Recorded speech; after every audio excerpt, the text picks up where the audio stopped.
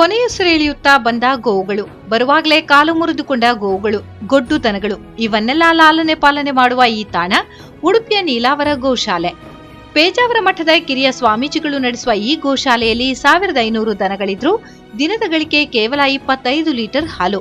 ಇಲ್ಲಿಗೆ ತಂದಿರುವ 80% ದನಗಳ ಮೇಲೆ ಕೇಸಿದೆ.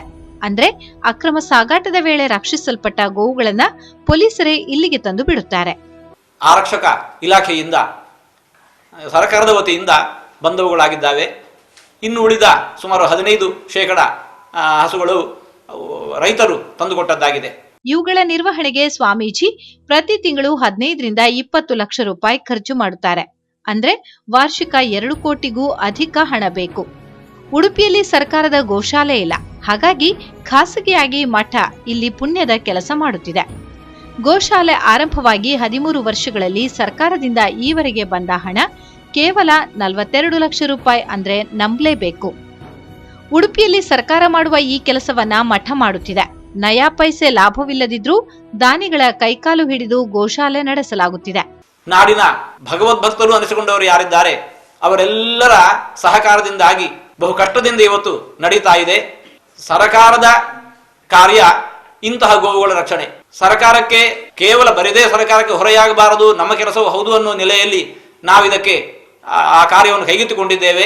ನಮ್ಮ ಈ ಕಾರ್ಯಕ್ಕೆ ಸರ್ಕಾರವು ಕೈ ಜೋಡಿಸಿತು ಅಂತಾದರೆ ಆವಾಗ ನಮ್ಮ ಕೆಲಸ ಸುಲಭ ಆಗತ್ತೆ. ಕಳೆದ ಕೆಲವು ವರ್ಷಗಳಲ್ಲಿ 2 ವರ್ಷಗಳಲ್ಲಿ ಒಂದು ಸಣ್ಣ ಮಟ್ಟಿನ ಅನುದಾನ ದೊರಕಿದೆ, ಆದರೆ ಅದು ಯಾವ ಮೂಲೆಗೂ ಸಾಲದು ಅನ್ನುವ ರೀತಿಯಲ್ಲಿದೆ. ಇದಕ್ಕೆಲ್ಲ ಪೇಜಾವರ ಕಿರಿಯ ಶ್ರೀಪಾದ್ರ ಅನನ್ಯ ಗೋಭಕ್ತಿಯೇ ಕಾರಣ. ಯಾವುದೇ ವಾಣಿಜ್ಯ ಉದ್ದೇಶವಿಲ್ಲದೆ ತಾನೇ ಸ್ವತಃ ಗೋಸೇವೆಯಲ್ಲಿ ನಿರತರಾಗಿದ್ದಾರೆ. ಪೇಜಾವರ ಮಠದ ಹಿರಿಯ ಸ್ವಾಮೀಜಿಗಳ ಒಡನಾಟ ಹಾಗೂ ಪ್ರಭಾವದಿಂದ ಒಂದಷ್ಟು ಹಣ ಸಂಗ್ರಹವಾಗುತ್ತಿದೆ. ಸರ್ಕಾರದ ಗೋಶಾಲೆಯೂ ಇಲ್ಲ, ಖಾಸಗಿ ಪ್ರಯತ್ನಕ್ಕೆ ಬೆಂಬಲವೂ ಇಲ್ಲ.